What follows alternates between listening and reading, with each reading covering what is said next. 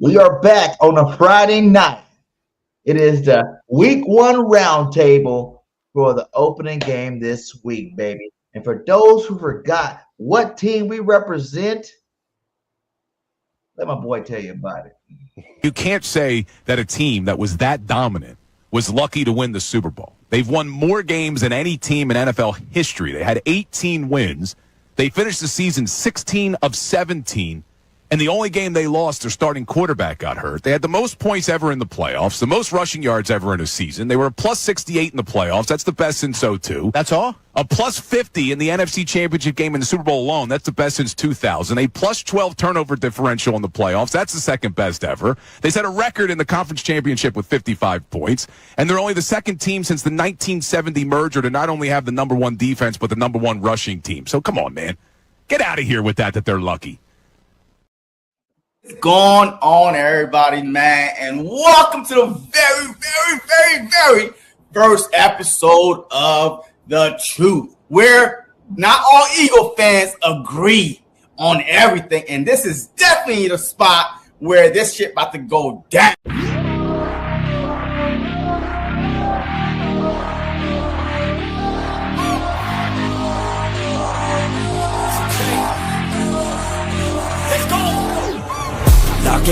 Gotta stay locked in, goggin. Gotta ball out like Robin. Straight to the top, I'm all in. Ordinary's like a toxin. I don't wanna be like Robin. I just wanna leave no watching. Fuck caution, I ain't gonna be common.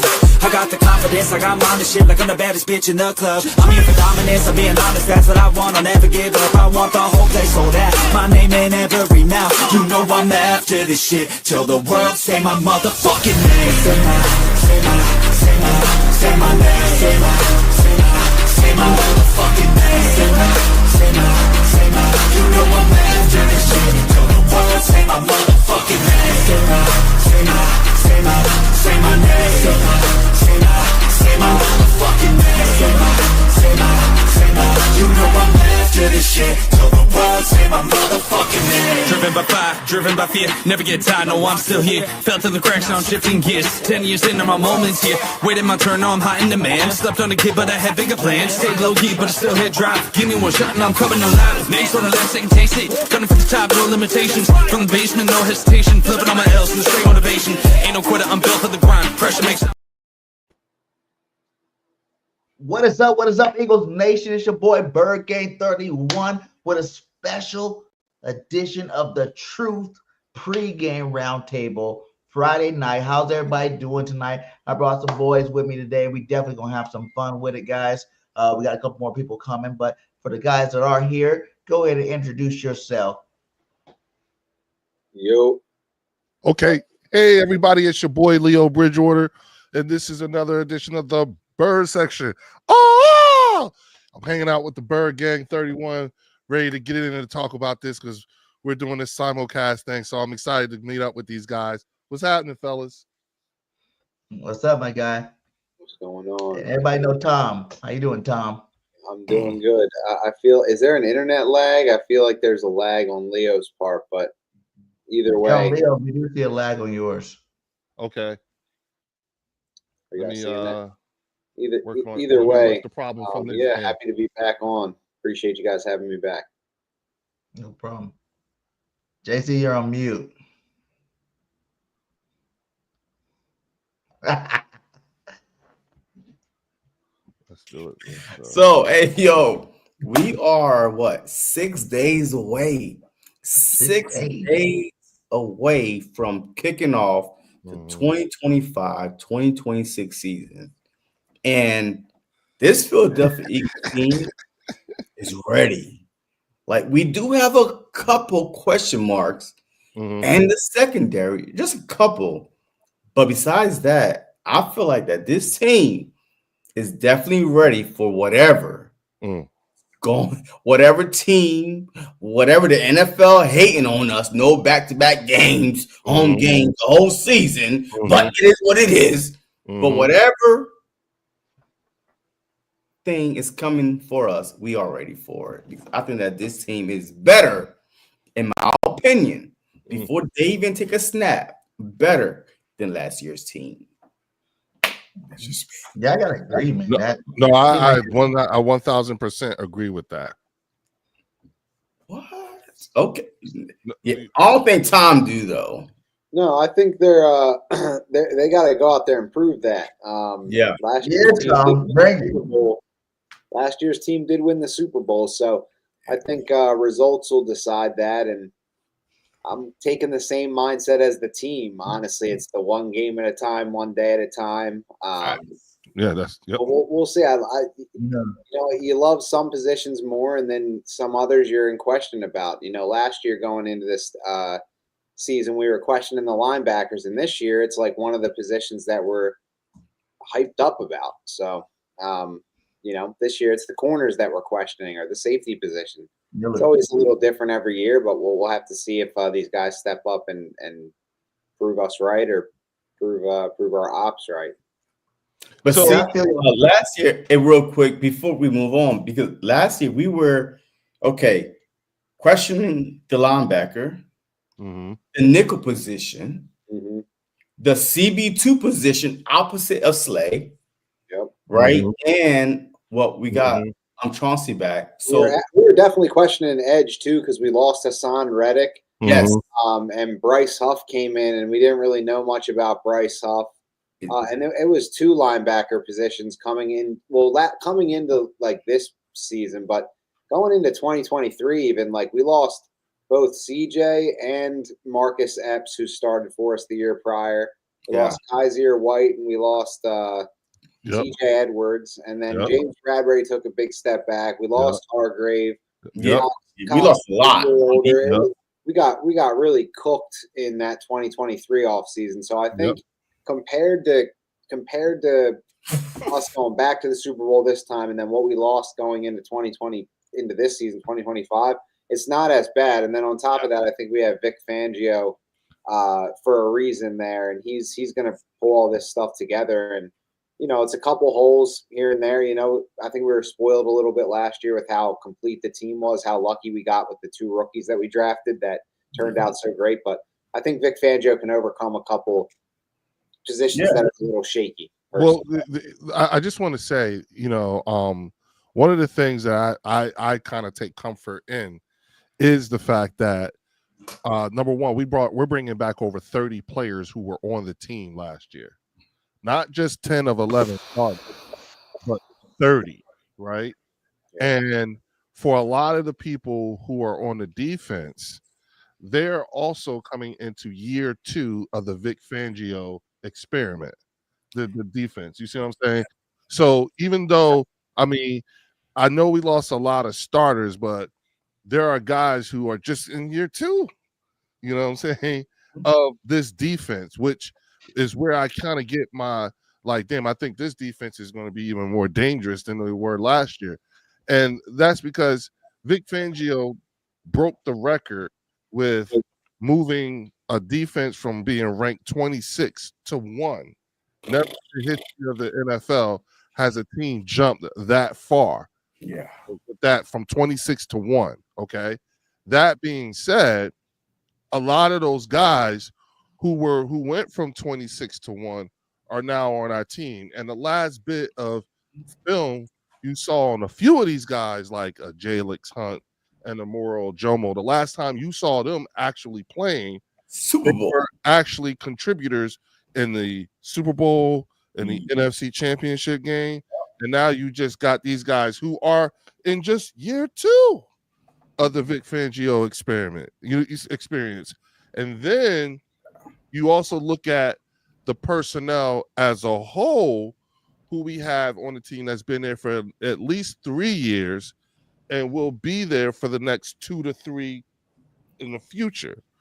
And we're talking Jordan Davis, Jalen Carter, Nolan Smith, Jeremiah Trotter, Eugene, Reed Blankenship, Quinyon Mitchell. These are all guys that, because when you look at it from a culture standpoint, there's a lot of guys on this team who's been to the Super Bowl twice in 3 years. So now we're talking about, and you see how they police each other as well. And then you couple all that up, and then you wrap it around the fact that year after year after year after year, in spite of the fact that this man has had a different offensive coordinator every year in each of those years, our quarterback has progressed.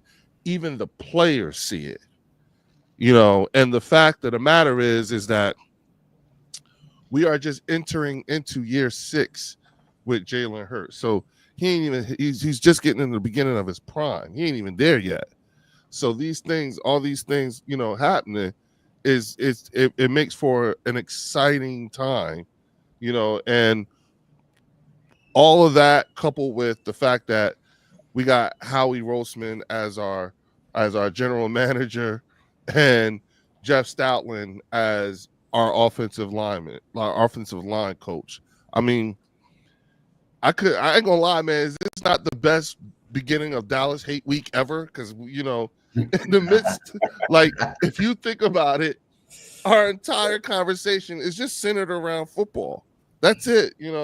We're talking depth. We're talking question marks. You know what I'm saying? Tom ain't said shit about no damn, owner and we got contract controversy. None of that.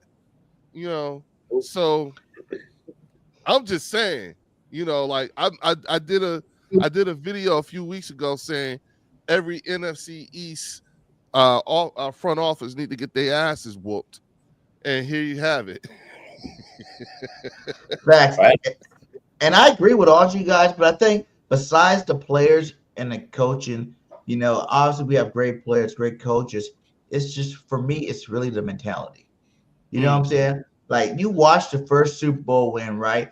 Everybody was happy. It was the first one in the city. Even Dougie P out there writing books, like he's like a top-selling author. You know what I'm saying? The coach was full of himself. The players were full of themselves. You had our starting quarterback mad that he didn't get to play in the Super Bowl. You know what I'm saying? So he tried to come back with vengeance type of stuff. And it was just a lot of drama, good and bad drama after that last Super Bowl. But it didn't seem like they were focused on the next Super Bowl. And that's one thing I'll say about this squad right now.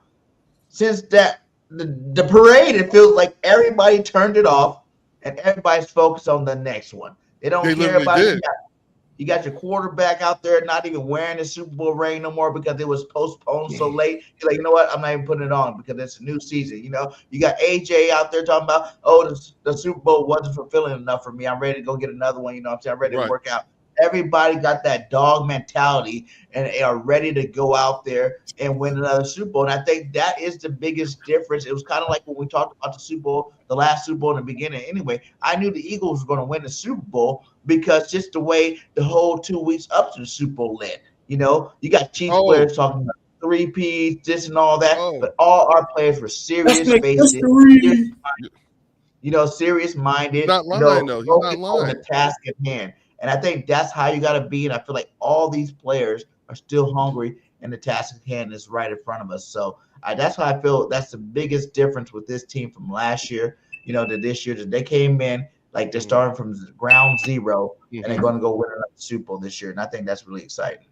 Well, aside from me, who else in this group is actually in market?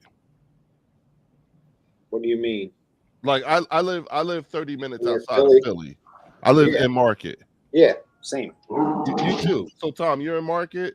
Hell yeah. I go to this year's going to be a little different. I just bought a house. This is what I'm in right now. And so I'm not going to go to as many games this year, but I've been to No, I mean, so all your sports radio and talk radio and everything like that is centered around the Philadelphia Eagles, right? Yeah. That's what I'm wondering, because I want to tell you how they talk around here, like the things that you hear. It's there's one radio station, 94 WIP. Yep. It's like they're like a conspiracy. Like they've got an end for the Eagles. It's like, oh my God, they can't stand Jalen Hurts. On that crap. Yeah, it's crazy. And part of it, and I'm saying all this because I'm pointing this out because this is where Jalen Hurts is why he's the perfect quarterback for the Philadelphia market. He can handle it because he hears everything, but he literally says nothing. Nothing. Every little bit of everything that you you get about Jalen Hurts, it's not because it doesn't come because someone shoved a microphone in his face. Because normally when he's got the microphone in his face, he's saying shit that be throwing him off. You know what I'm saying? Like God had a purpose before I had a plan, or some that type of shit. That's how he be talking. Very poetic. Yeah, and they don't be knowing what to do with it. I'll be honest with you. I know, like, I can tell you, there's a lot of issues that I think the fan base here in market and also the team at time gets because there's a cultural mishap that comes with when it comes to dealing with these players and the media. You see what I'm saying? And I'll give you an example. There was instances where Jalen Hurts, and I'm sorry, guys, my camera just died on me, but I can keep going. I'll be like this if y'all all right with that. But there was an instance where Jalen Hurts, he had I'm sorry, he was like there was an instance where him and AJ Brown were on the sidelines and AJ was going off. He was freaking out about something, right? And you can see Jalen like, okay, baby, I got you, you know. And then he threw the touchdown, right? In market, yeah. What they ended up, that's it. I had a purpose before anybody had an opinion. Yeah. So in market, you have to understand here, these people are still suffering from PTSD over T.O. and Donovan McNabb. So when they saw those two black men arguing like that, that's the first thing they thought. That's where they went. And then the talk about diva and all this other stuff came out and everything like that. And what they fail to realize from a cultural standpoint, you know, those are just two best friends arguing. Jalen Hurts is AJ Brown's godfather. He's AJ Brown's daughter's godfather. They're best friends. You know what I'm saying? Haven't you gotten to that kind of an argument with your best friend? Don't y'all, when y'all argue, when y'all fight with each other, ain't that what it looked like? But see, around here, they took it, they went right to T.O. and McNabb, and then we're gonna have problems. And it's those type of things. I also think it was the same thing when it came to CJ Gardner-Johnson. I think culturally there was something that made them just ultimately uneasy about him. You see what I'm saying? And which made him easily expendable. I think it was just the way he, you know, because CJ Gardner basically is a goon. And that was but he was like, you know, and I think he was just scary for a few people. I think he rubbed people the wrong way with how he presented himself and the way he spoke on business. But you fail to realize you need live wires like that. Listen, y'all, the year we went to the NFC Championship, remember when we heard Brock Purdy? Y'all remember that? Okay. Yeah. That year, we were threatening to break the record for sacks. Remember that time? Remember when we was playing? We was number 3. All right. So and Tom's here, Marcus, he'll tell you, okay? Whenever you're a team that is threatening to break the sack record, forget lead the league, just break the sack record. That's not a football team. That's just a bunch of goons. They're not playing football. They just there to fuck somebody up, punch somebody in the face. That's all they was doing. And that year, that defense, because that was the year we went to the Super Bowl and lost. Yeah. But that whole year, that's what they was doing. And the thing San Fran thought to do was to march Mr. Irrelevant in front of them. What did you think was going to happen? See, people fell in love with the Disney story. Mr. Irrelevant, yeah! He saved us. Remember how they kept showing the dad in the audience with his hands raised and smiling in slow motion and everything like that? Okay, sorry, but those goons right there, they didn't give a goddamn about some Disney story. They came to bust his ass, and to make sure that it wasn't a fluke, they broke the backup quarterback because they got cute with it. That is what I'm not saying they're going to break the record, Yeah. But what I am saying is that this team is loaded with a bunch of goons, and I could see it. You know what I mean? And so, and I think this is, but here's the thing, they're also smart too. You know what I'm saying? So, and take a look at who got elected as a captain. That'll tell you all you need to know right there. And that came out today. Yep. Let's go over that, dude. Since we're done. I want to mark what you're talking about too. The goons. The difference to me, I think, is you need those goon type guys, right? But in terms of CJ compared to like a Jalen Carter, you know what I'm saying? One of those guys, you got to keep it professional too. We're a Super Bowl caliber team, man. We are the face of the NFL.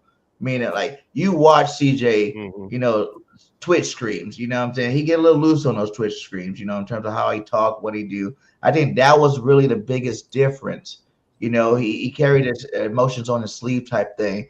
And then he also, you know, he talks a little bit wilder on that. And the Eagles just like, hey, man, we're here for business. We still got goons like Jalen Carter, like guys that can go out there and have their business and be, you know, professional at the same time. I think that was the biggest difference in terms of, like, you know, why CJ had to go. No, I mean, no, like, all right. So, look, honestly, Vic Fangio was kind of fed up. I think when CJ was trying to freestyle on his own, because the first 4 or 5 weeks he gave up 4 or 5 touchdowns, bombs over Baghdad. Throw it, hey, you're going to get a touchdown over CJ's head. But I really think that he did not fit Vic Fangio's scheme. I think Vic Fangio is very disciplined. He's very, very, hey, you're supposed to be there. I don't want you to do nothing else but be where you're supposed to do your job, like a Bill Belichick. Do your job. I think that CJ was kind of like freestyling a little bit because you saw it. You know what I mean? How he was getting beat over the top. I'm like, there's no way that's a Vic Fangio system. So I really think that has something to do with it. But also the salary cap. Like, okay, we may not see it now, but we have so many young guys over this upcoming season, off season and next off season. We have to pay big money to. If Jordan Davis go out and ball out, we gonna have to keep him. Like, I mean, unless somebody else behind Jordan Davis step up like a Ty Robinson or Morrow or Jomo that say, hey, look, I got this and I'm on my, second or third year, year. I'm fine. I don't need a big contract. We have to pay Jordan Davis. Jalen Carter. We do not want a Micah Parsons type of problem. And Howie Roseman is very, very good and getting ahead of that. This offseason, this should be this offseason that he get paid, right? You know what I mean? So we have guys that really we gotta pay this offseason. So it's kind of like system and thinking ahead, you know what I mean, with the salary cap. But I may be wrong. MJ, what's up, my guy? Busy man. Jordan in the house. Michael Jordan in the house, ladies and gentlemen. We here. Hey, go Birds, man. 6 days away from whooping the Cowboy behind. Y'all know what we do.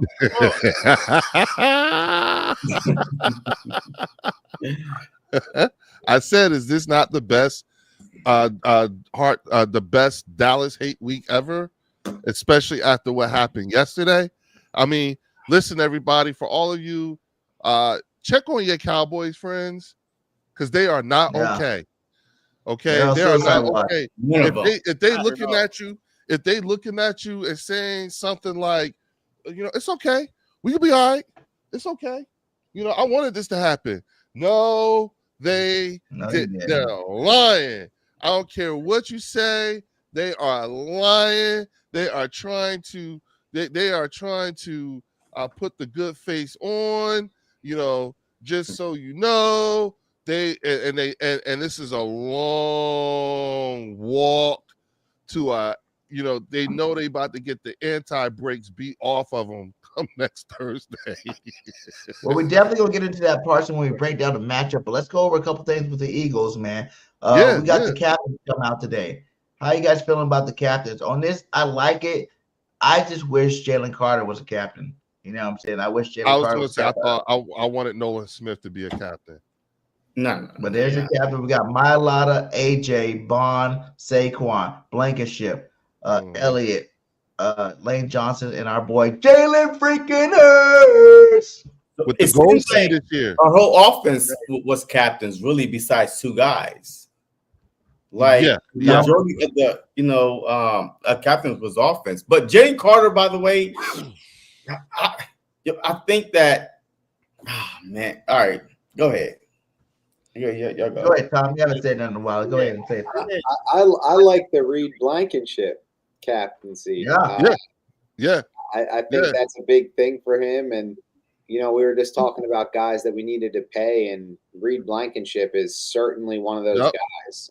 He's going to be a guy that needs an extension, and Jordan Davis was mentioned. All these guys that we want to pay are leaders on this team, and they're all very well connected. And I think any one of them could be wearing the C on their chest, and I think they all need to stay together. So I think they're all going to get extensions, and I think this was a big thing for Reed Blankenship and a big statement on where his status is in the locker room and on the team. And don't forget, he's the NFLPA rep too for the team. Yeah, only right. He's making his way in that department, and he's coming from being an undrafted free agent, so that's pretty inspiring too. During the CBA year too. Crazy. Ultra important. MJ? All right, MJ. No, I see it as the point about you want Jalen Carter to be captain, Nolan Smith. I definitely agree with that in terms of if a Jalen Carter is captain, then you know that he's becoming more of a leader, more mature. That was a knock on him at Georgia. So I definitely agree with that. I think there's also folks talking about Smitty. I don't really get bothered by it because it's never been an issue of Smitty. Like, he's still a leader in his own way. He might not be the most outward guy, rah like a AJ or like a Saquon, but Smitty is still a leader in his own way, and he's one of the best. You saw just what he's done in practice against the Cooper regime. It had Hurts all hyped up. I'm like, this guy's actually showing some emotion. But I definitely love to see Jordan Mailata. He's become really a good favorite in Philly because he's mentoring the young and giving everybody confidence. Hell, he gives Jalen Hurts confidence. So Zach Bond too. So you talking about last thing on it. Howie brought in two guys last season, Saquon Barkley, Zach Bond, who had career years. And now they're not only great players on the team, they're great leaders on the team. So you get both, like not only a great player, but he comes in your system and then he makes the system even better, the foundation, the culture even better. So no, I love it. MJ, how you going to have Zach Bond on your team and make him a captain and you still the second youngest team in the league? Come on, dog. Come on. We are like you got you got that caliber of players on your team. If you think about it, our entire conversation really is all about depth and the amount of talent that we have. Jalen Carter, listen, Smitty is one of those players, and there's a few of them you can point to, but we'll just use Smitty. Smitty is one of those players who's a captain without a C on his uniform. Yeah, facts. There's certain ones on that team that when they talk, you just, what I'm saying? Smitty don't need all that. He good. Smitty is cool as hell. He's done it twice already. You know what I'm saying? You probably don't. He got what he need. He just going out there to put the work in. And to go back real quick, because I'll say this. I saw the thing. It was like 2 weeks after they won the Super Bowl. And AJ said that he thought, it was a couple weeks after the parade. And AJ had wrote something like, I really thought that I was going to feel some kind of way when I won the Super Bowl and it was going to happen. And then it didn't happen. I thought maybe after the parade, I was going to feel some kind of way and it ain't happened. And then when I thought about it, the way I was wanting to feel came from the actual journey. So like a month or so, he started working out. Then you see Devontae right after that say something real quick, something like, yeah, back to work. I'm like, oh shit, like these cats is they're not even playing. You know, like they really what's better than one Super Bowl? 2. So they looking like they trying to get back like right now. And Nick Foles made a point to say what makes this team dangerous is because they hungry like they ain't won one. You know what I'm saying? Like that was what makes them dangerous. They're going after it like everybody else. They think themselves one of 32. And everybody trying to go for after the same thing. That's why they killed all that repeat talk and all that stuff. And that's fine. And I get that because that's the way it should be as a team. But as a fan, oh, hell no. I'm insufferable like a mug. I'm talking my shit everywhere. And I'm telling everybody, I don't care about your feelings. I promise you, when people tell me I need to humble myself, no, you humble yourself. I ain't here to make you feel better. No. You're not transferring. You're not going to transfer all your fears on me to make you feel better. Hell no, I'm riding this till the wheels fall off. Yeah, we're going to win another one. Now, and that's what happened. That's why Micah got traded. I'm stomping them in the ground. I'm insufferable. Simone with the Spizzorts in the building. What up, sis? Hey, Simone, how are you? Is she in the building or just a picture? No, she's in she's in the building. You know what I mean? Hey, she's ghosty right now. She's a little ghosty right now. You know what I mean? But look, this team mentality is definitely different from the 2018 team. There was a lot of unknown. Even with the quarterback position, like if you think about it, because Carson Wentz was coming off a season-ending, ACL, PCL, all that stuff was wrong with his knee, and he was trying to rush back. So the whole offseason was like, who is going to be the quarterback? Is it Carson Wentz or Nick Foles? Is it Carson Wentz or Nick Foles? But this team right here, like I said in the beginning, on defense, there's only 2 positions out of the whole 53 men. Like the 22 starters. It's only 2 positions that we are feared of. Is the CB2, DB and safety.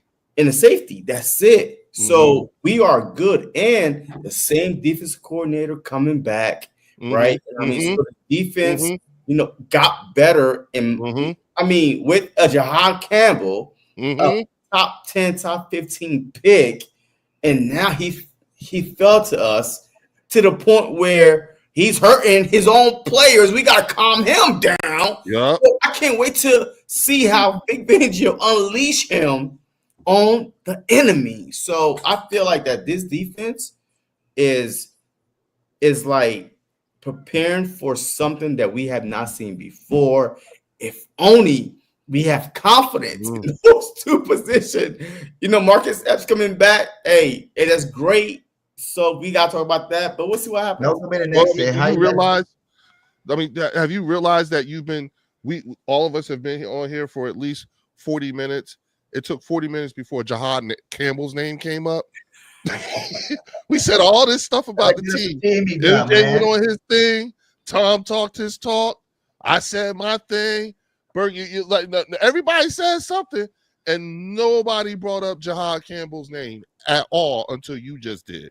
Yeah, it's just that much good on good in terms of the things that we have to address. Are we perfect? No. And listen, I'm not dumb. Y'all know the Dallas Cowboys has had 7 days to process what the fuck just happened yesterday. Okay, so that means that in 7 days, next Thursday, we're going to get a very emotional and angry team. And we the first ones they get the hit on. So I'm not saying it, I'm saying as a word of as being someone who is keenly aware of our situation, you know what I'm saying, and understanding, it I don't know. I just think that, I'm not saying they're going to beat us, but I'm just saying be aware of what kind of team we're going to be dealing with. They're going to be emotional, y'all. I'm not even worried about the Cowgirls like that, for real. Maybe I should be. What's the Vegas spread right now? I think that's how you need to worry about it. The Oh Vegas man, spread is a it's gotta have changed. It's gotta have changed. It's gotta have changed right now. You know, they're not okay. Check on your friends. And if you haven't already, folks, please hit the like and subscribe button. Y'all know how we need to get the algorithm going. It needs to be good to us. And in order for that to happen, we need y'all to just hit that button for us. Hook us up. What's up? So let's go about it. Let's talk about, I want everybody to go around and tell me your favorite offseason pickup for this team this year going into the week one. And then what was, a player that you wish was still on the team, I guess. You know what I'm saying? Someone that got cut that you thought maybe should have stayed. We'll start with you, Tom.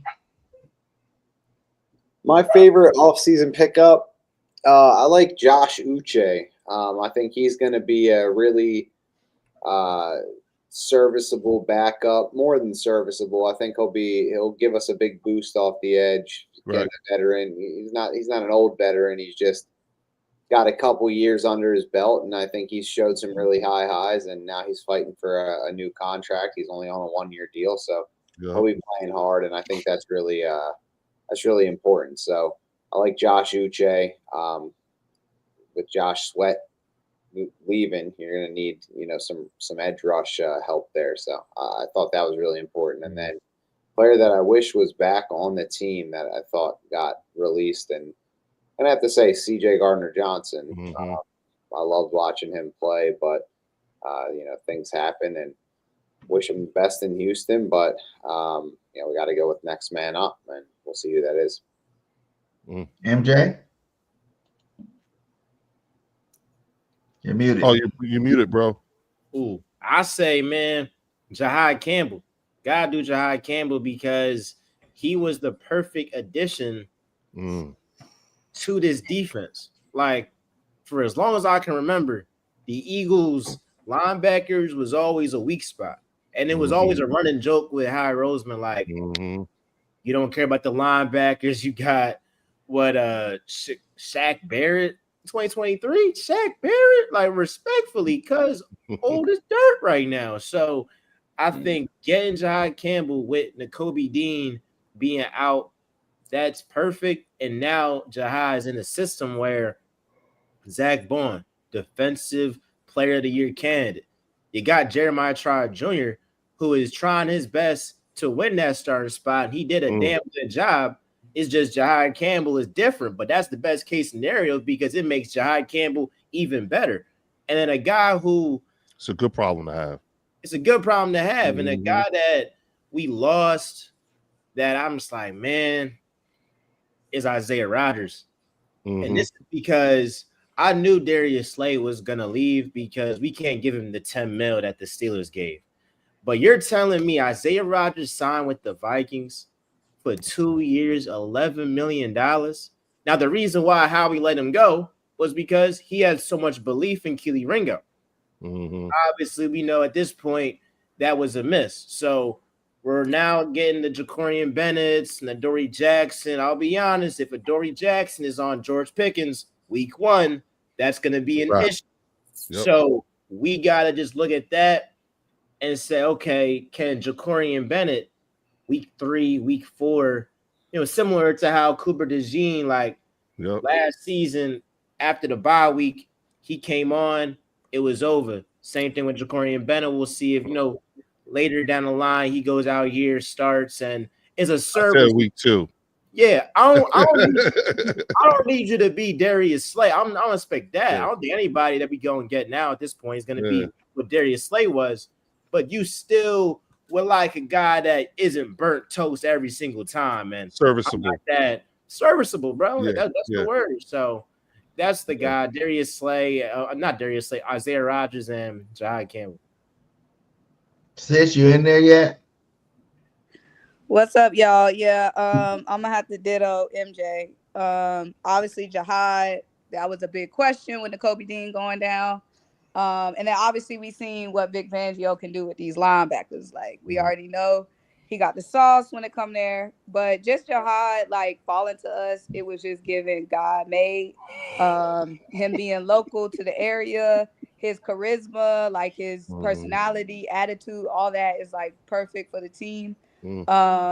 Yeah, I mean, he's a Swiss Army knife. Like we throwing him anywhere on the field, he being effective. Jalen Hurts was saying how when Jihad is on the field, like he could feel him. Like, so for Jalen to be saying that about a rookie, that's crazy. And then obviously we lost a lot on this defense. So just having somebody that we can be excited about, like that we already know is going to be an instant impact player, like from day one.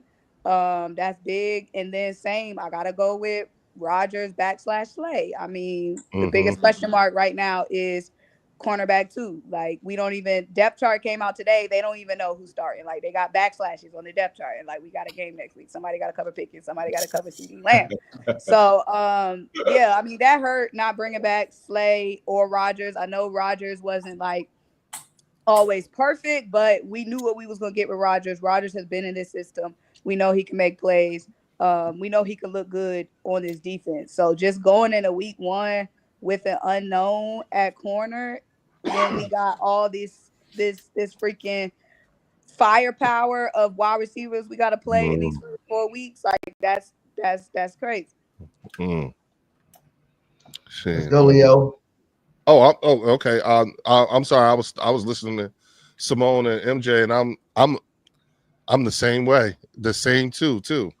You know, I think that Isaiah. I honestly thought that Isaiah, when the way we acquired Isaiah Rodgers was on some, people forgot he was on the team. You know what I'm saying? So I was like, oh, there's the succession plan for Slay.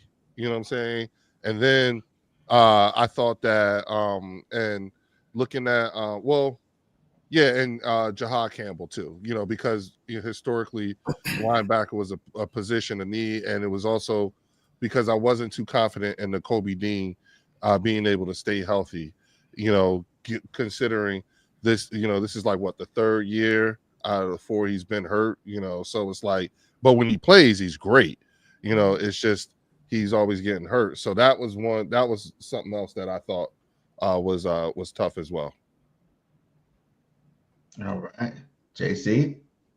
Yo, hey, look, I'm going to say KP, man. You know what I mean? Keeping Kevin Patullo. You know what I mean? Like, I feel like that is a big win for the Philadelphia Eagles, right? He did not go away. And I'm just keeping a guy that's been in the system the past 3-4 years with Nick Sirianni, even AJ Brown, all the guys love the fact that they kept him and elevated him to offensive coordinator. I feel like that our offense is not going to miss a beat. So with that being said, the addition of, you know, AJ Dillon and my guy Darius Cooper, you know, I feel like the offensive side has gotten better from last year. So those 3 are my biggest addition. I know you try to say 1, but I had to be greedy. You know what I mean? The offensive coordinator, Darius Cooper, and AJ Dillon. Those 3 guys are going to play a big role on the offensive side this upcoming season. And then the guy to the left. The guy that left, JC. Who you mad that left? Yeah. No one. Like, honestly, no one. No, because like I see what Howie Roseman saw. Like, we was getting frustrated as Eagle fans watching Chauncey Gardner play safety. That is not his natural position. First of all, he's too aggressive. I feel like that this Eagles team does not have a natural safety that like plays deep, that could see, okay, hey, this guy is going deep. Let me actually just play within my, you know, a perimeter.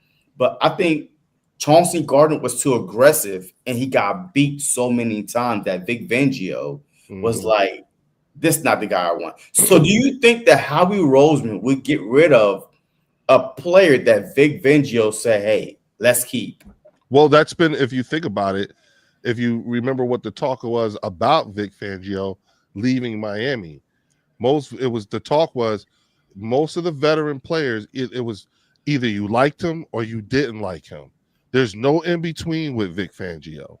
And a lot of the veteran players don't take too well to that old school way of coaching that Vic Fangio has. And then there's a lot of players, i.e. look at the Georgia guys, they like being coached hard like that. They respond very well to it. So it's a either or when it comes to how players respond to a Vic Fangio. But I take the thing about it is that if you're a new player or even a veteran who is coming to the team, you know, the one thing that Vic Fangio now has that he didn't have before is he got receipts and credibility in terms of for why he teaches and coaches the way he listen. If Vic Fangio said your name out loud to the reporters, then you somebody, you did something. You see what I'm saying? That reminds me of JJ when Jim Johnson was the defensive coordinator. If he said your name, you was somebody. You did something. Don't know what the hell you did, but it for that man to mention your name like that, you know, and just know the Eagles historically, right or wrong, they are known. They've gained the reputation for being known for moving on for what they perceive to be a mistake. They'll move quick on it. Say, look, Vic Fangio ain't give a goddamn what they gave up for Bryce Huff. You ain't doing what you're supposed to do. You got to go. Bye. You know what I'm saying? You got to, you like, whether we liked it or not, you know, Devin White, you know what I'm saying? Kaiser, all of them, don't got, bye. He don't care. If you're not going to do it the way up to a particular type of standard, and the result is, look, man, he took that defense from 26 at the beginning of the season to number 1 at the end of the season. You see, the difference was between the Dolphins and the Philadelphia Eagles. Those players were lazy. They was just complaining about how hard they were being coached. Chauncey Gardner, we never heard, so I'm not going to, try to put dirt on his name. We never heard any complaints about him complaining how hard he was being coached or this and that. It was just on the field. Chauncey Gardner is a playmaker. He considered himself a playmaker. So sometimes he might take the wrong step, right? But Vic Fangio, the old school style, he was like, yo, I don't care what you think you see. Trust the system. And just like Bill Belichick, do your job. But he was trying to do a little bit too much, and he ended up getting beat and burnt over the top. So I think that's why mostly that they kind of got rid of him, because there's no way you get rid of him a year after you sign him, right? Especially if he wasn't complaining about his contract, right? That's the rumor. He was not complaining about his contract. So why would you get rid of him if it wasn't something that was not going right in a defense that Vic was like, you know what? I kind of could do better if I had someone younger that would listen to me.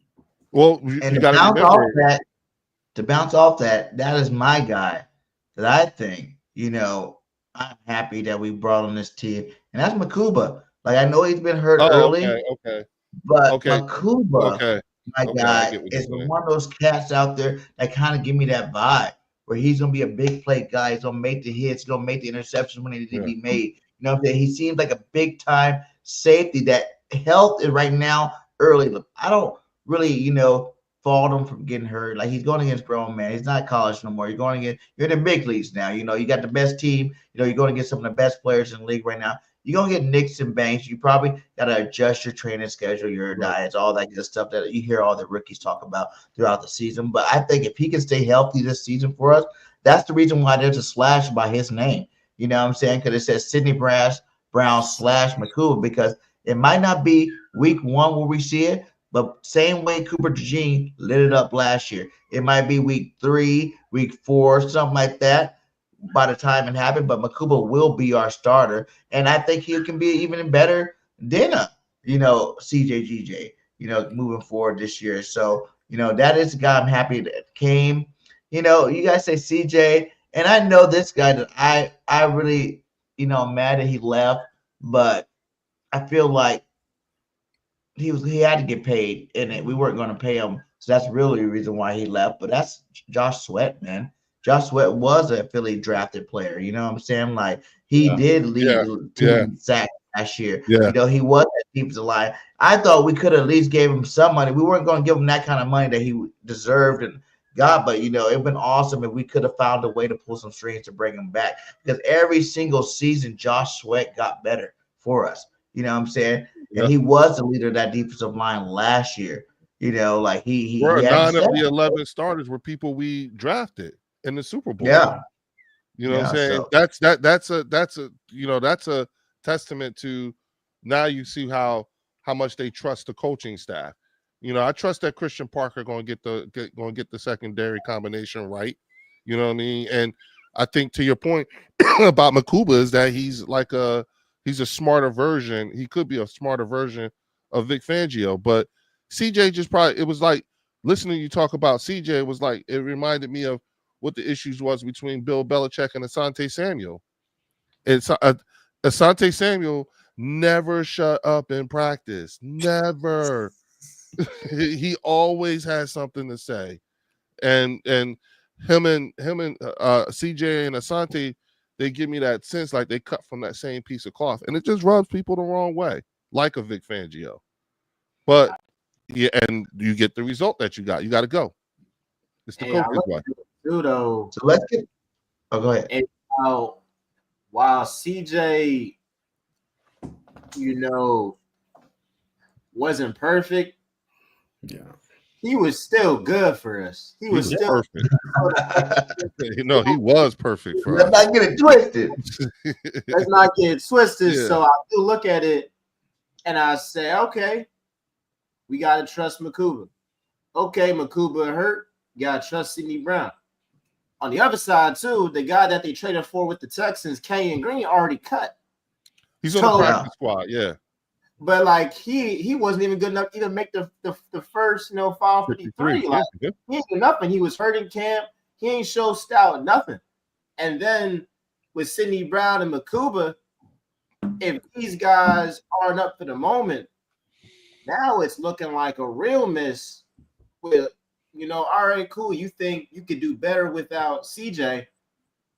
But if the thing that you get after CJ isn't it, you look back at it and you say, well, shoot, every year CJ's here, you're going to get 6 picks. He going to bring that fire back. In the Super Bowl. I don't think it's a coincidence that the season he wasn't here, we was getting punked. The 49ers was punking us. Like, these teams saw us as soft. So while I'm very optimistic about Andrew Makuba and he got to stay healthy, if him or Sidney Brown, if they not that, I'm looking at this and be like, that was a miss, Howie. You ain't perfect all the time. You feel me? Like, you're still one of them guys, still the best GM in the league. But, you missed a couple of times, and that's a miss. Mm-hmm.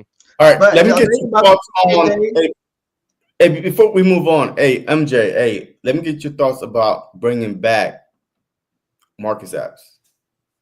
I think that's a interesting move because a former Eagle at the same time, I thought Justin Simmons was coming. And like, I did too. Gio, look, he's been coaching damn near 2 times as long as I've been alive. Like, he know more than me. These are the guys that they're in the building, in practice. I'm sure if Vic Fangio wanted Justin Simmons, they would have got him. Yeah. I don't know why he doesn't want him, but that's another story of another day. So I think it's a good depth piece in terms of, like I said, if Sidney Brown or Andrew Makuba aren't ready, you got to vet that at the very minimum is going to be a serviceable guy that isn't going to just jack everything up. But if Marcus Epps is out there, I'm going to be like, what's going on while we trade CJ? Yeah. And shout out for the $5 super chat. He says, CJ was one player who didn't trust his brothers. He's a phenomenal player, but he was undisciplined. Got scored on more than any other DB. And like, we talked about that earlier too as well, but at the end of the day, he still is a baller. But what MJ was talking about the whole we have missed without the CJ Gardner-Johnson for like the aggressiveness and what you're talking about, like he brings that that dog mentality to the field. I feel like the reason why we were able to get rid of him because we have so many other players. The year that we, lost the Super Bowl, and we came back and we were getting pumped by the Niners in the game type stuff. Who was it? It was a Bradbury getting punked before the pregame. Yeah, we didn't have that fire then, but I feel like with the Jalen Carters and with the Quinyon Mitchells, with all these other cats that we do have on a roster now, it wasn't as big as a need anymore to keep them in terms of that aggressiveness, because we got dogs down there are very aggressive and ready to go, tear heads off people. We did need him, for the beginning of the year just to get that morale back. But I think now we do got them Georgia Bulldogs, and them Alabama Roll Ties out there that, got that aggressiveness. Oh, hold on real quick. Hey, fellas, listen, do not pay him any mind. That's Vinny Hagan. He's a Cowboys fan. Okay. That's one of my boys from one of my channel. Like, Vinny, ignore him, y'all. I told you, check on your Cowboy friends. Okay, they are not okay.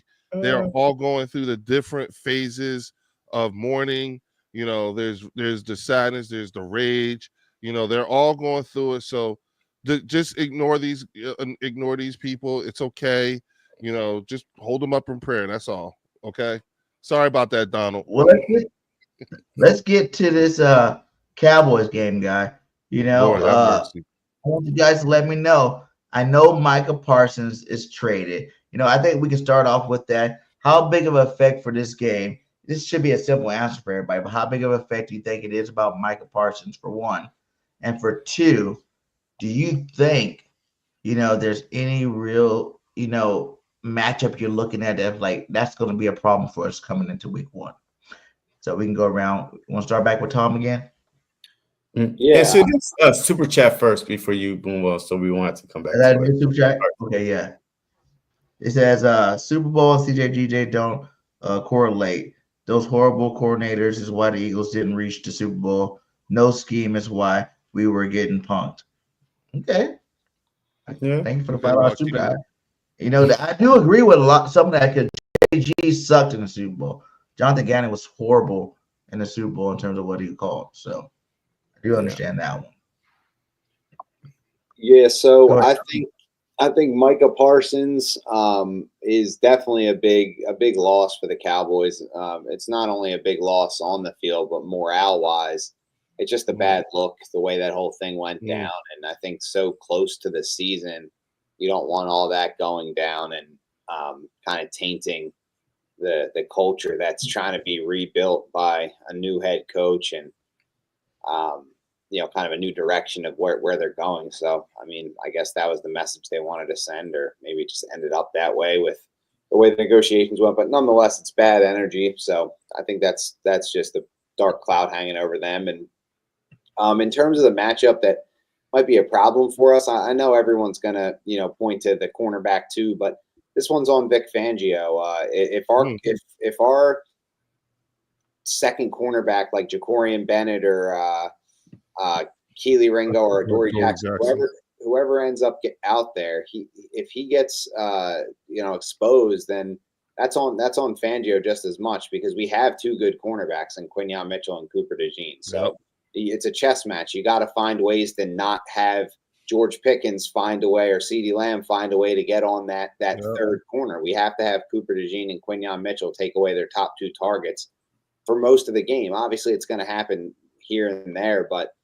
play zones, do different things to make sure that it doesn't, burn us and have, a situation where we've seen in the past guys like, Byron Maxwell or, those terrible corners. I mean, James Bradbury 2 years ago was exactly that. He stood out like a sore thumb. So I'm banking on Vic Fangio to cover that up, but that's obviously the matchup everyone's looking for. I'm looking for Vic Fangio to have a solution for it. MJ? I'm looking at the Cowboys are hustling backwards, and it's hilarious that they're doing this because how do you sign Dak Prescott, paying him what the Eagles, bro? The Cowboys are paying Dak Prescott what the Eagles are paying for Jalen Hurts, AJ Brown, Zach Bourne. It's like 5 players. I can include Saquon Barkley. Like, the ineptitude that the Cowboys organization has, like, it's insane. And again, you trade away your best player. Like, when you've had opportunities to trade Dak, who's a mid quarterback being paid like a top 5 guy. It don't make sense to me. The but top guy. The top guy. Yeah. And then in this game, their whole morale is going to be shot.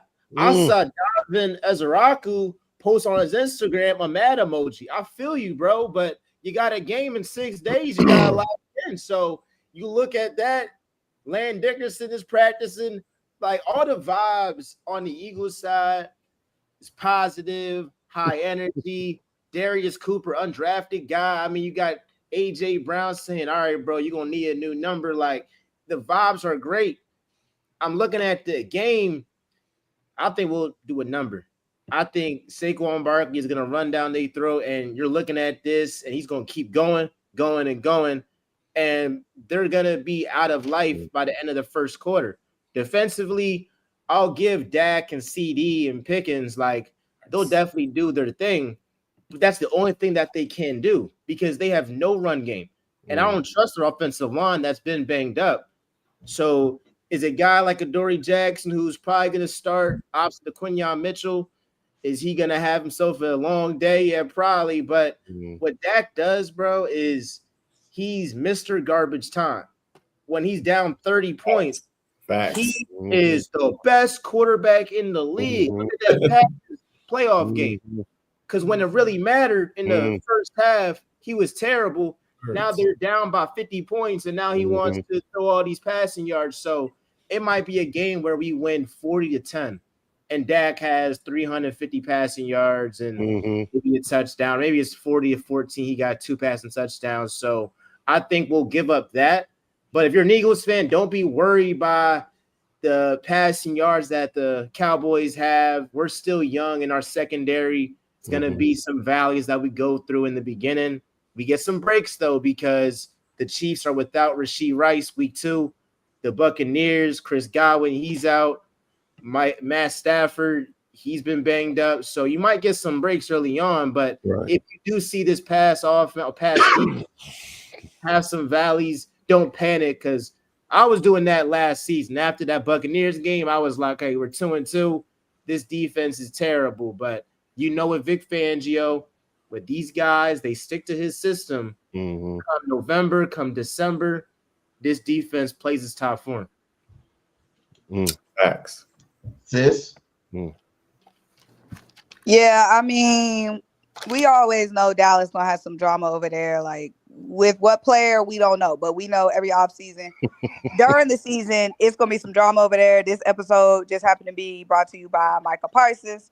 I'm not really like, at this point, I'm like, I don't even know what to think, because Dallas was out the way with or without Micah Parsons. Like, come on now. They wasn't a threat to us with or without him. So it's not even like I'm super moved by the fact that Micah isn't playing on Thursday, because even if he was, Dallas was still food. You know what I mean? So I am like a little bit annoyed they sent him to the Packers. But that is what it is.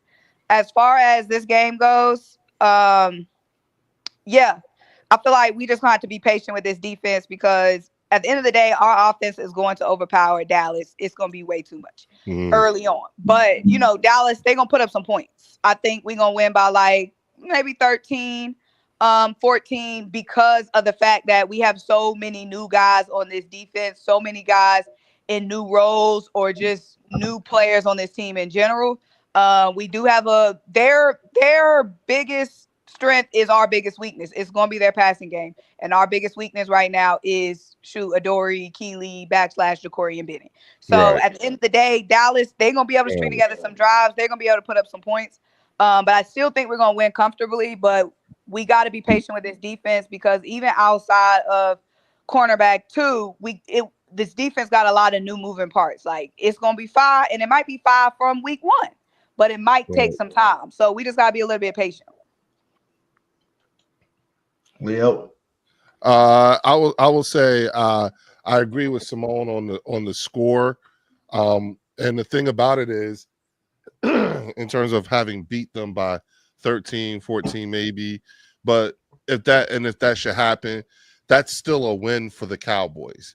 You know, the problem with the Cowboys fan base right now is that even before this trade went down, they knew that they were going to lose to us. They just didn't want to be embarrassed. That was the thing.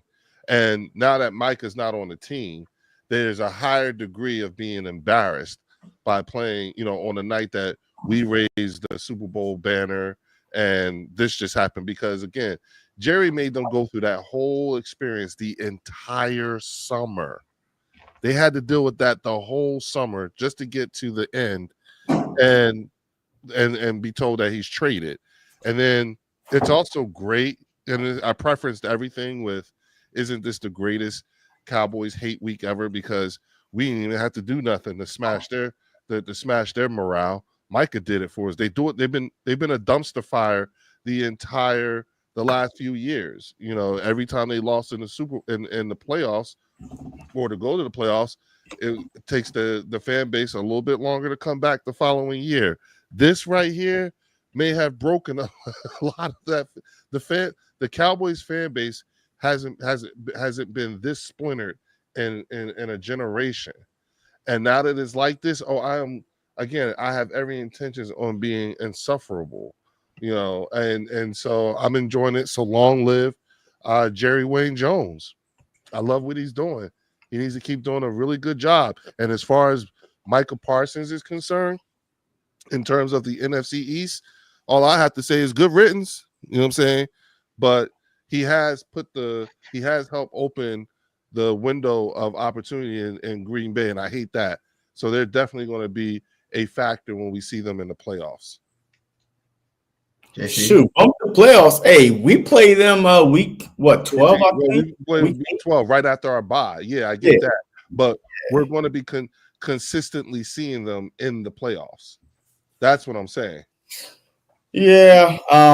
Look, I think that this trade for the Dallas Cowboys have more meaning towards their emotional mindset than anything on the field. Absolutely. Like 11-7, 7-11 was the real thing. Like Trayvon Diggs stood next to Micah Parsons when Micah Parsons was giving his interview, and Trayvon Diggs was shaking his head like a bobblehead. Like everything Micah Parsons was saying, he was agreeing with. And then Dak Prescott, yes, he's an offensive player, but he, you know, as a captain of the team, he even said, "Oh shoot, I have no confidence. Like, I have all confidence that Micah's going to be on the team." And to get this shocker a week out, the team right now is trying to prepare for the Philadelphia Eagles, trying to prepare for banner night, our emotional night, or we don't want to let our fans down night, or we cannot lose. We better not lose night.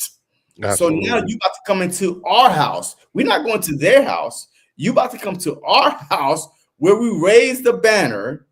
You know, we're emotional. These players are ready to roll. Like, they are over the Super Bowl already. I'm tired about the Super Bowl talk. Like, you know what I mean? Like, I'm so spoiled right now. I'm like, all right, and let's move on to next season already. So imagine now, A.J. Brown, Devontae Smith, all these guys, Barkley, you know, Jalen Hurts won't even wear his ring. This dude is ready to move on. So now with y'all drama, y'all emotional leader on defense, y'all best pass rusher, to trade for a defensive tackle that couldn't even help y'all stop the run when you played against us. Yeah. That makes no sense to me. So now they're even weaker up front. Yeah. Like, there's no pass rusher besides over Sean, whatever they have. Well, remember, he started off, he tore up his knee. So he's not even going to be playing. They don't get him to the middle of the season or 6 games into the season. Yeah. So I think that this is going to be more emotional for the Dallas Cowboys. After the first drive, the Philadelphia Eagles going on an 8 to 10 play drive. The first possession, you go down and score, they done. Their whole season is going to be over because right off the bat, they're going to be like, damn, We got this guy. Our best defensive player is gone. We can't stop nobody on defense. It's already over for them before it even gets started. So yeah, and this has nothing to do on field. This has to do more, psychological, type of vibe to me.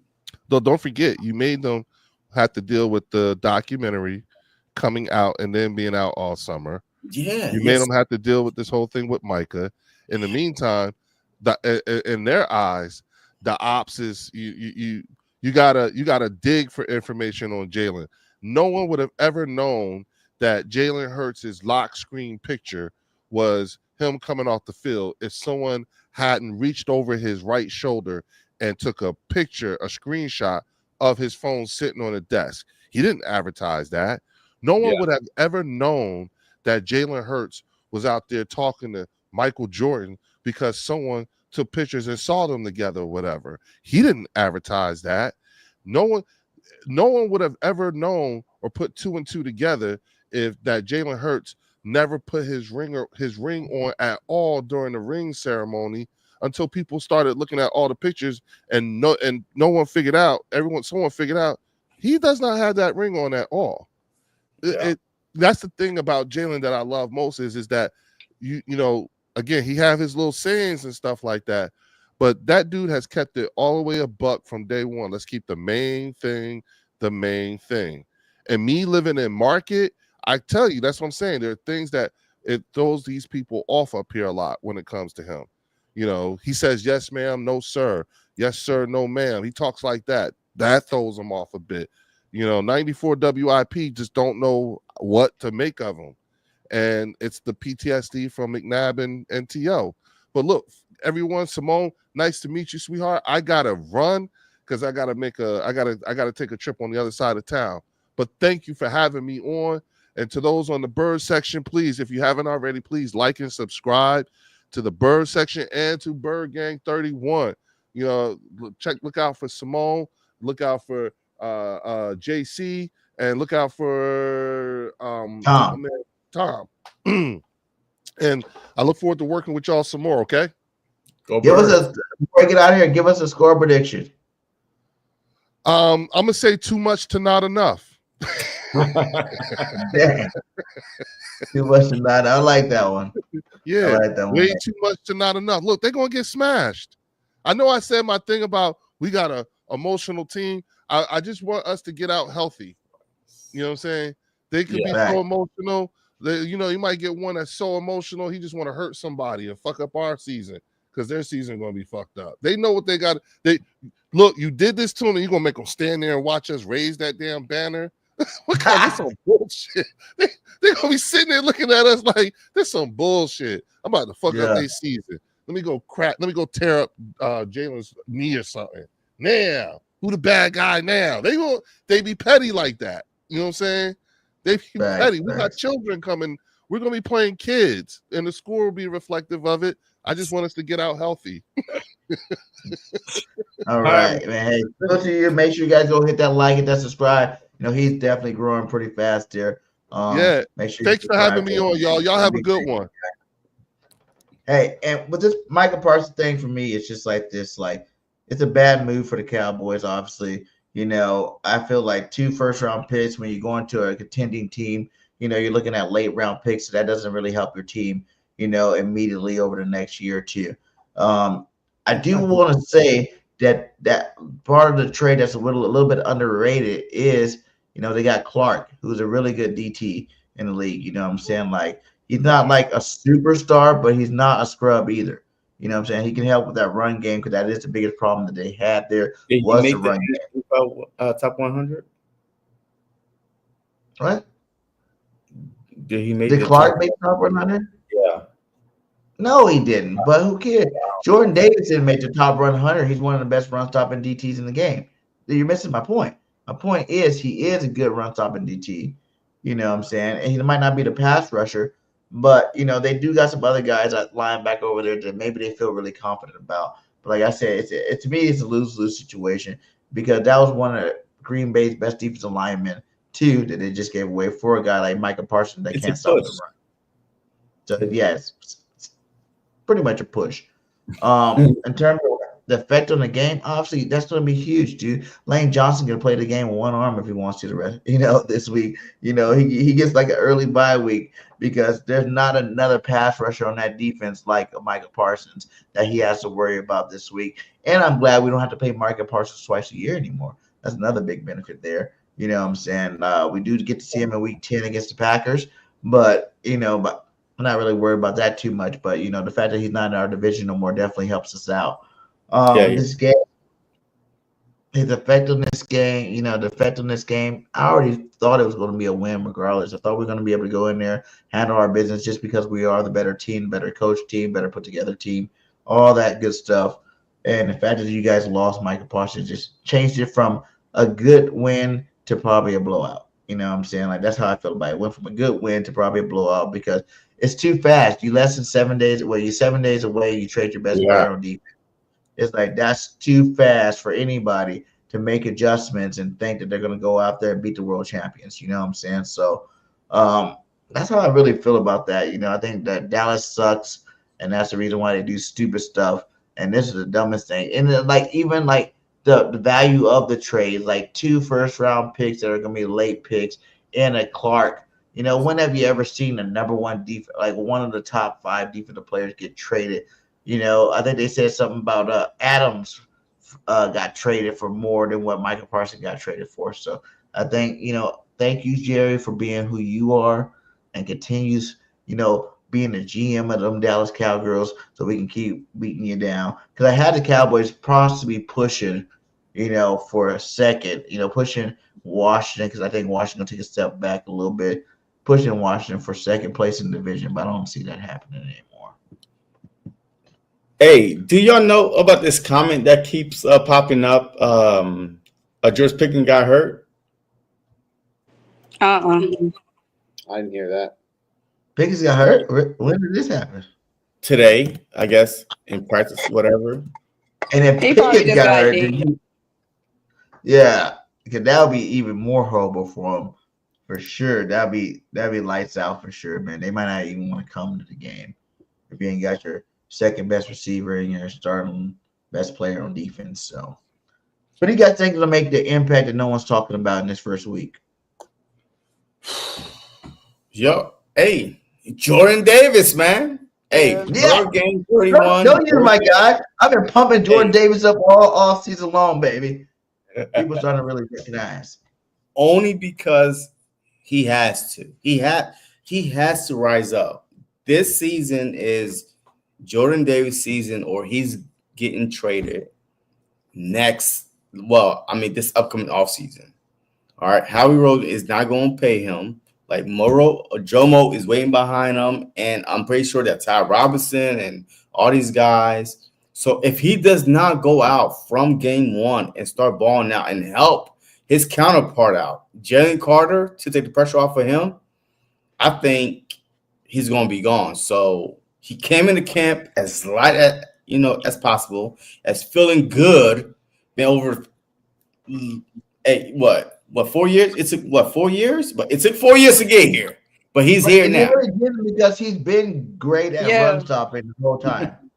That's why I don't understand why he got all this pressure on him. What? What do you mean, Simone? Like, why does Jordan Davis got all this pressure on him? This extra pressure on him? Because it's contract year. But I'm saying I feel like he's been doing solid though. Like, why is it like we need for a top 10 draft pick though? But what we drafted him for was to be a run. No. Have he lived up to a top 10 draft pick? It's not about the draft position. At this point, it's about what he does for the team, regardless of where he was picked. And like he does his job effectively. So like regardless of the draft position. I agree because our run defense that year that we did go to the Super Bowl, our run defense was still trash.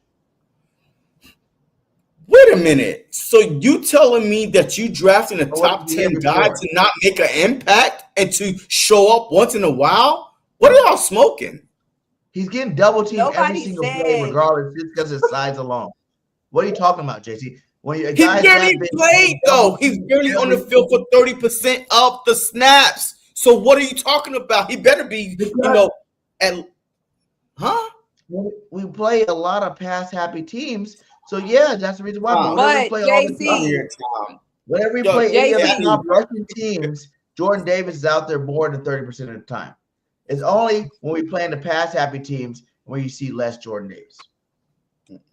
My only thing is, it don't matter where Jordan Davis was picked at this point. The debate is not whether he should have been picked top 10 or not. The debate is he essential to this team? And the answer is yes, meaning he should have a spot on this roster going forward. But the money will determine. He's not going to get 10. No top. He know he not. Well, that's the thing, though. See, that's the problem, right? He's a top 10 draft pick automatically. He's not going to be expecting that money, though. He is not going to be expecting no Jalen Carter money. He's not going to be expecting that.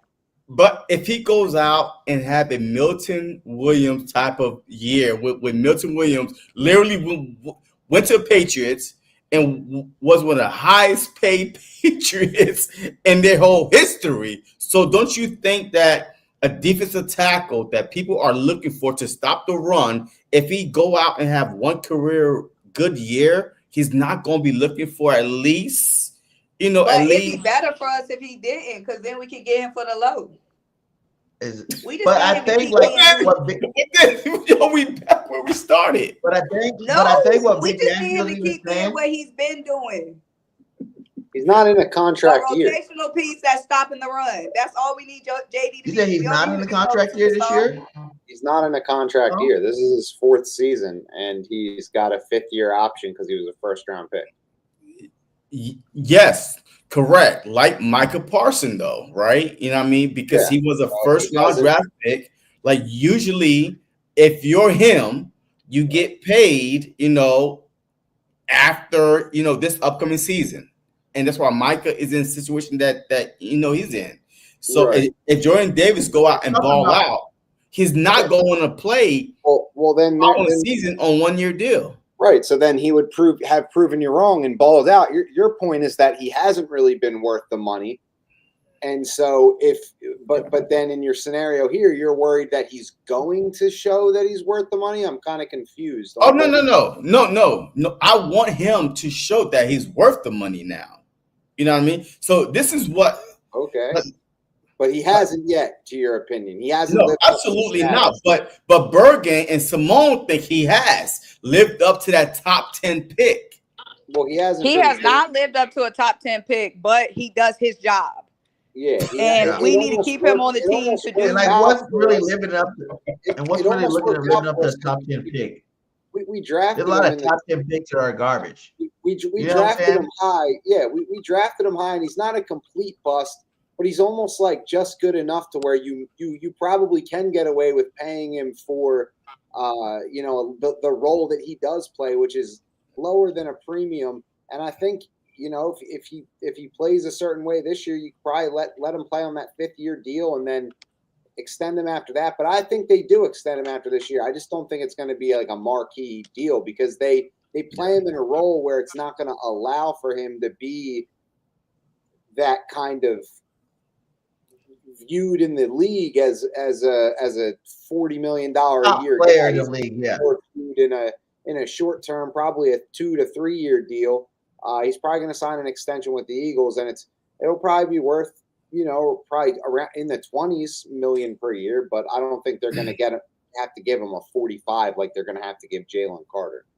But see, how much did Milton Williams get from the Patriots?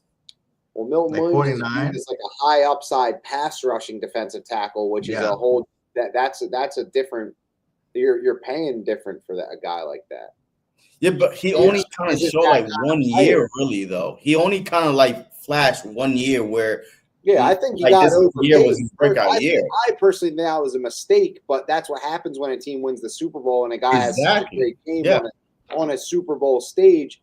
He'll go get overpaid. So in reality, the Eagles pretty much have to extend Jordan Davis coming out of this season if they want to. But the thing is, he's under team control, so like. A team can't he couldn't hit free agency after this season. Yeah, because he's Tom, what do you think is the guy? Your option, so he's not going to demand a trade or anything like that either. He's a good dude. So. Nah, I don't think none of our players like on the Philadelphia Eagle team that actually was drafted by Philly. Like if you look at the history, people that come to play here, either free agency or got drafted, they want to stay here, right? Josh Sweat, right? All on the trade block, all last year. Last year, he was like, "Oh, hey, look, I'll bet on myself. Give me a discount. I stay here." Goddard did it this year. Goddard did it. You know what I mean? Josh Sweat did it. Like, you know what I mean? Yo, we have guys like, yeah.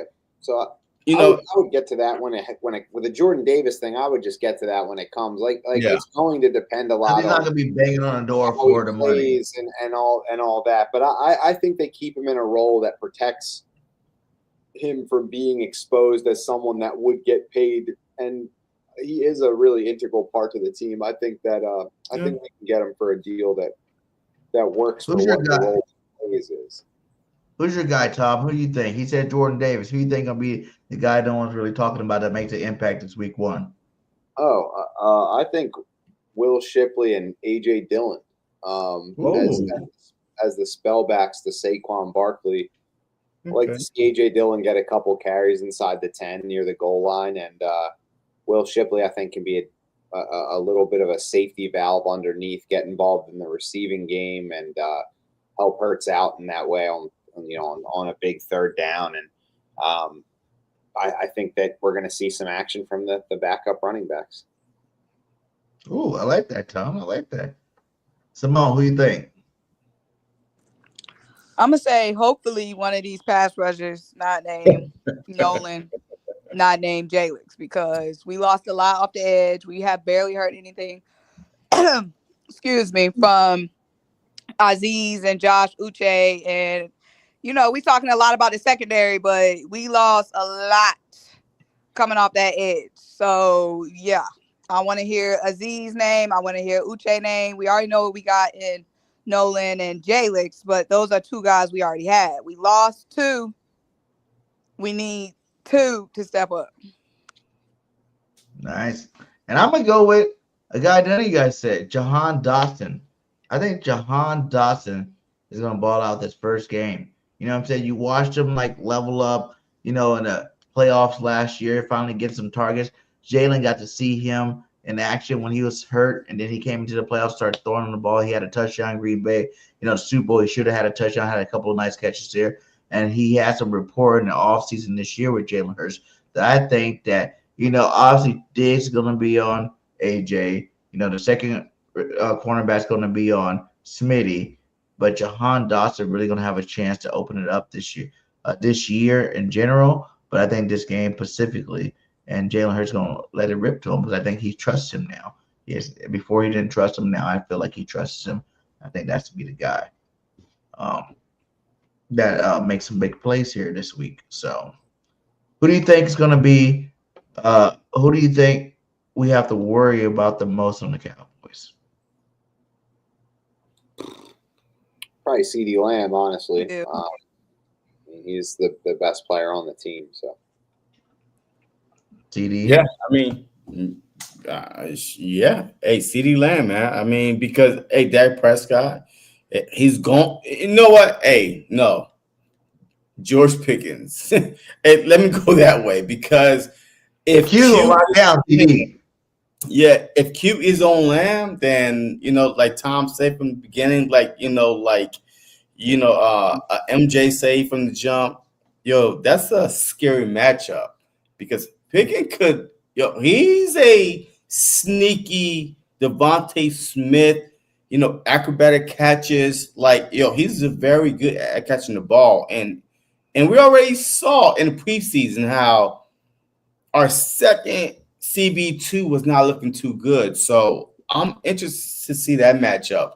And I'm pretty sure if I'm the Cowboys offense coordinator, I'm not putting nobody in the slot. I'm not putting nobody, where Q's at. So I'm going to focus on the CB2. Unless Q is traveling with Lamb, wherever, that side is with a CB2, I'm going after them. So Pickens to me will be the guy that we lose track of because of Lamb and, At the moment, you said CD2 or what? You there? Oh, my bad. Yeah, I'm definitely going with the wide receivers. I mean, Dak, he gonna come out there. He trying to prove something. Pickens trying to prove something because he trying to get paid himself. Dallas, again, they gonna be coming in. They gonna be trying to play spoiler, and their only hope is to air that thing out. And we know one thing that love to do is try to air that thing out. But shoot, it's gonna be something. Adoree, Keely, / Decorian, they need to bite down on that mouthpiece. Okay. I'm gonna say someone you guys didn't even talking about, and it might not even be an impact of the game, but I'm gonna just go out on a limb just to go a different route, and I'm gonna say Miles Sanders. Booby coming back to Philly. Wait, Booby is he coming in the back team? to Philly. Wait, did he make the team? Yeah, He's their second guy. He did? I feel bad for Miles Sanders, bro. That's crazy. Coming back on our banner yeah. night. And he said every game is going to be No. personal. He didn't say that. That's some rumors and stuff. Every game is going to be personal with Booby, regardless if he said it or not. Okay, regardless if he said it or not. We didn't want to pay the guy. His season has been trashed ever since. Yeah, his If career. there's one game he's going to try his hardest, his damn near the best game he probably get tested after the game from HGH. You know what I'm saying? Because he's going to want to go out there and dominate this game, man. And I'm telling you, man, like I know our run stopping, like Jordan Davis going to do his thing. I'm not really worried about it, but just to throw another person out there, I'm going to say boo because everything's personal. You know what I'm saying? This league is really cruel to people sometimes. And I think that now that he's on the Cowgirls, you're going to have to watch out for that run because everybody's expected to see CeeDee Lambs. Everybody expected. Oh, what's their tight end, too? He's a good guy, too. Ferguson. Ferguson. Yeah, Pickens. Everybody's expecting these are the guys we have to stop. Don't let I feel like Booby get loose. I feel like Miles gonna come out. He gonna have like He gonna have like a 5-yard game. Then he gonna have like maybe he gonna get like a 6-yard game. We could be like, oh shoot, Booby, and then he gonna end up with like 35 yards. Your Because you gotta realize before Saquon, game he had. Miles had. Look, he gonna have the same type of game he had in the Super Bowl. The last time we saw him play. All right. Irrelevant. Okay. So no factor. I'm just saying that's my guy to watch out for.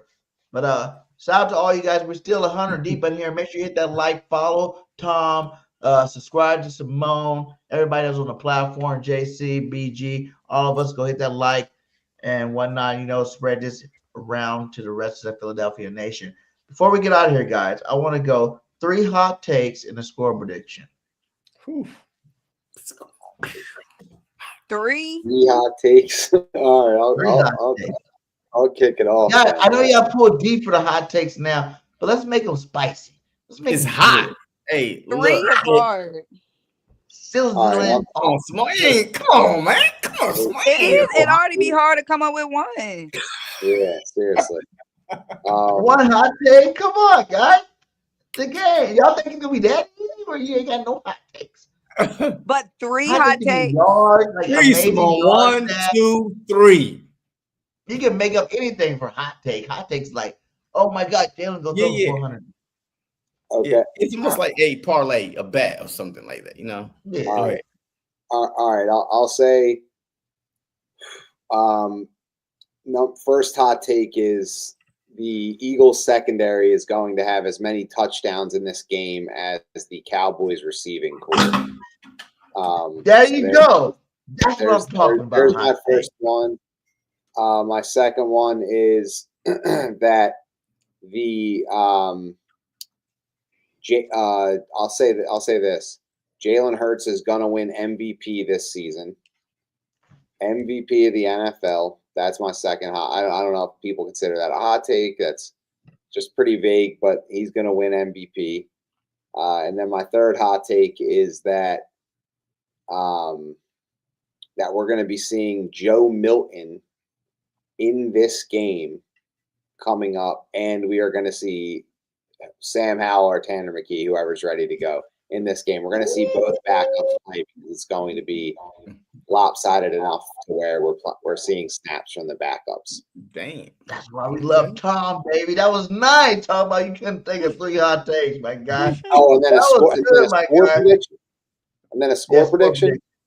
Yeah. Yeah, I'm gonna say, and then my score prediction also goes with my final hot take about seeing the backups.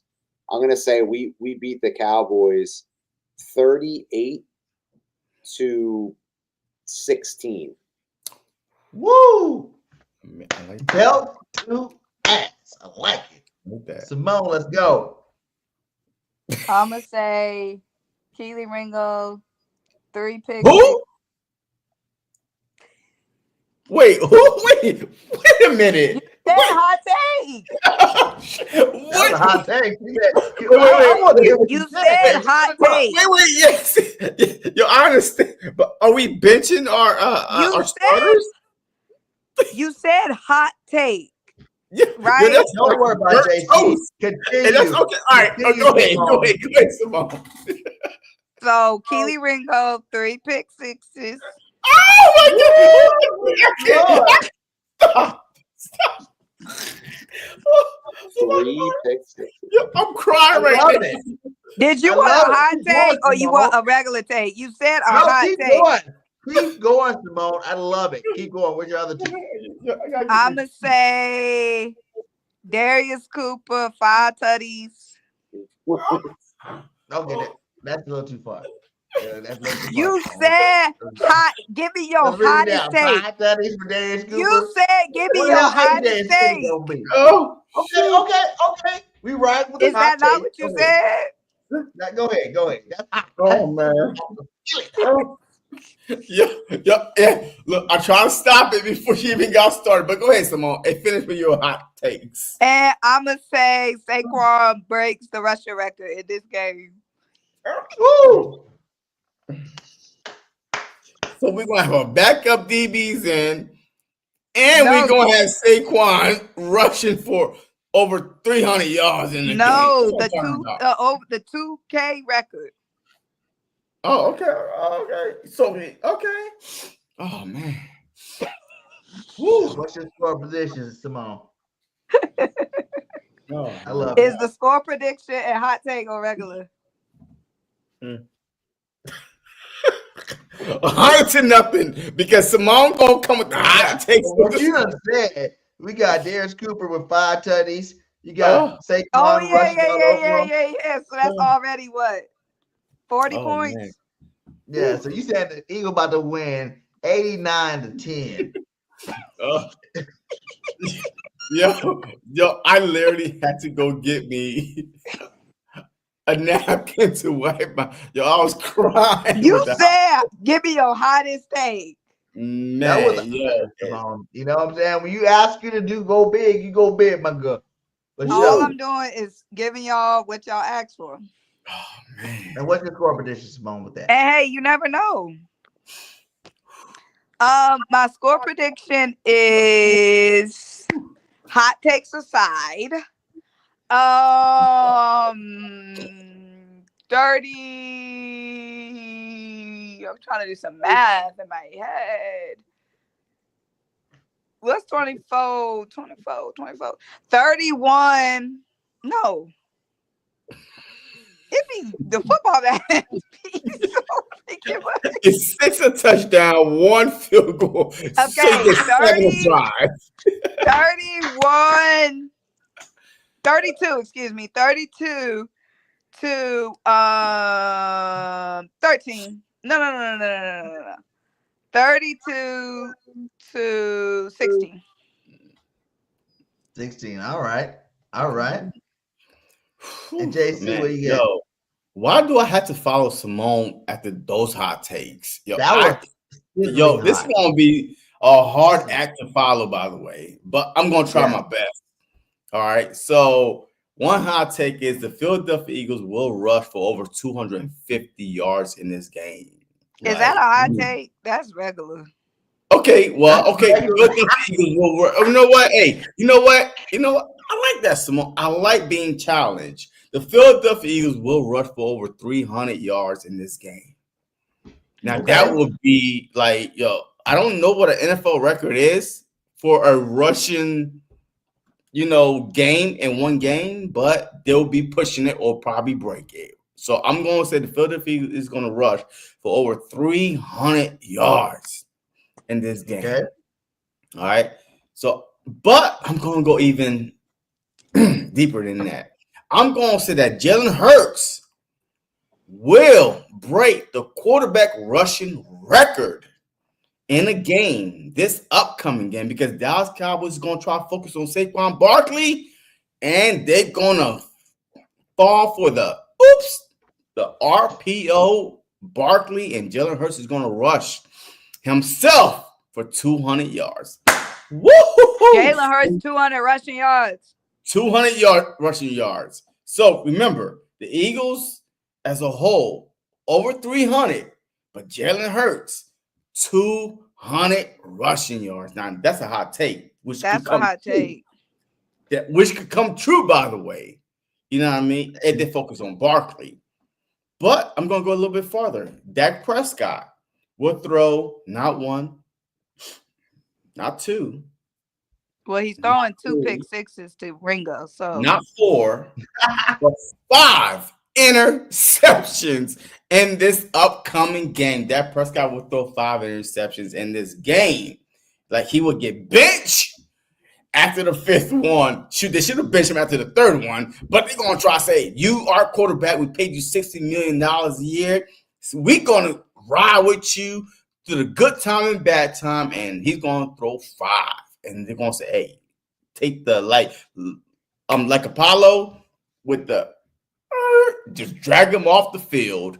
And the score prediction, look, I feel like because it's a rivalry game, you know what I mean? Regardless how bad a team is, this game is going to be 40-17. I like it. Okay, my hot takes is going to be like this, simple and plain. Oh boy, here we Jalen go. Hurts will get his first 400-yard passing game. Jalen Hurts will be throwing for 400 really a hot yards. take? No, I mean, he threw That's for like not a hot take. He barely ever go for over 3.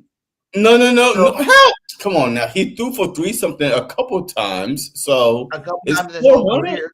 I'm a Paris Hurts fan. I know he don't do it very often. Nah. 400 yards. That's not no hot take. You said 500 yards. He ain't never had 400-yard game ever. But I've been he preaching got like for 320 years. something. Listen, this is my hot take. Back up on me. Here we go. Jalen Hurts going for 400 yards, 4 touchdowns. His first game of the season. That's That not a man hot dropping take. That's not a hot take. 450. Hey. 450, 4 Say touchdowns. 500. Is that better for you? No, it's not a hot take. 450? No, it's not a hot take. That's very hot. Listen, I don't care what you say. 450. It's a little. No, I'm going back to my hot. 450. 4 touchdowns. Jalen Hurts. Okay. The defense will have 8 turnovers this game. That's another hot take. How many is Ringo getting? Ringo gonna get you a 3, girl. Ringo gonna get you a 3, okay? I'm going to throw that out there for Simone. And Ringo is going. Hey, another hot take I have. Ringo is going to get cut halfway through the game. And then my 3rd hot take is going to be Jordan Davis is going to get 3 sacks this game. 3 sacks. Hot take, though? Jordan Davis ain't never got 3 sacks in his life. Okay. In a game. So, yes, this is a very hot take. Jordan Davis will get 3 sacks this game. My score prediction is 49-7. Eagles destroy the Cowgirls. Now that's the hot take. That's the only hot take. Woo! It's gonna be nice, baby. The only man. one. That's the only Thank one. you guys for Everything else is rocking like mid. Everything else is like Thank you guys mid. for rocking with us. This whole time we're running up on 2 hours. Hey, let's get our final thoughts and get out of here, guys. Final thoughts for you, Tom. Hey man, I'm looking forward to a great season. Looking forward to being there Thursday and seeing a lot of people tailgating, hanging out, and anyone out there going, shoot me a message and let's link up and go Birds, man. Nothing else to say. Hell yeah. Make sure you go hit that follow on Tom on X, baby, because he's dropping jewels. Simone, hot takes. Last final words before we get out of here. Yeah, can't wait for next week. Been had my outfit laid out since March, so ready to pull it out the closet and put that G on. Yeah, so my birthday is Friday, so an Eagles win on Thursday would be the perfect way to start my birthday weekend. So yeah, can't wait. Happy birthday. Early birthday. JT? Yo, hey, look, my final thought is this. This season is going to be challenging, folks. There's no back-to-back home games, 10 playoff teams from the previous season. We don't know how they're going to be this upcoming season, but 10 playoff teams from the previous season that we're facing. Just be patient, man. Like, this Eagles team is hard to repeat as Super Bowl champs, but don't panic. Do not panic. Do not start throwing, rocks and don't call for nobody to get fired and people to be. Just relax. It's hard to repeat. Remember, the 2018 Philadelphia Eagles, after they won the Super Bowl, they started 2-4. Like, they were awful. And we still made the divisional round, one catch away right through Alshon Jeffrey's hand from probably going to the NFC Championship game. So relax. It's a hard schedule, a long season, but do not panic. That's the only thing I said. Don't panic. No matter what the record is, you know that the Philadelphia Eagles always finish strong. They never let you down. They always finish strong. Regardless if we're tanking or not, we always finish strong. So don't panic. Just relax. Just support the team. Even the players are saying it. The players are even saying it. Hey, look, just if things don't go right the first 3, 4, 5, 6 games, don't try to turn against us. Just be patient. Just be, just support us. And everything gonna be all right. So, hey, I'm gonna say the same thing. Just be patient. A kind of new offense, a little bit, a couple new tweaks on defense, but you don't want your team to be hitting the hot streak the first 6 games of the season anyway to go 6-0, whatever. No, you want them to get hot at the right time. Just like the Eagles got hot last year after the bye. So I'm not worried. So I'm telling y'all not to worry the first 6 to 8 games. Don't worry. Scared money don't make money. The Eagles about to be belt to ass all season long. And listen to JC. That's why I am BG on the truth. I'm going to tell you exactly what's about to go down. None of these teams can mess with us. None of these teams are on our level. The Eagles about to have one of the greatest seasons ever by a football team in history, ever. I'm not going to say we're going to be the 17-0 Dolphins, but I'm going to say we definitely about to dominate this year better than any team have done recently. So you guys be ready for a fun, exciting season. All your favorite players will do their damn thing. Jalen Hurts will lead the way like a champion that he is. MVP season, like Tom said. And let's have fun this season. This season is about fun and respect and saying it with our chest that the Eagles are the best team in the NFL, and no one's going to change that throughout the whole season. So let's go ahead, get to the Dallas Cowboys, go beat up on them, and get to the next stage. So let's go, guys. Fly, Eagles, fly. The Birds. And we out. Peace. There's a lot of cats getting shine that don't deserve it because they ain't do what Jalen Hurts did. That's fair. And at some point, your resume matters. And this man is a champion. Yeah. Is a champion who wins when it counts, produces when it counts. And oh, by the way, what way do you want him to do it? You want him to throw fun. You want him to run fun. It don't matter. He's going to do it. When you do it like that, and I know that I can count on you when it's time.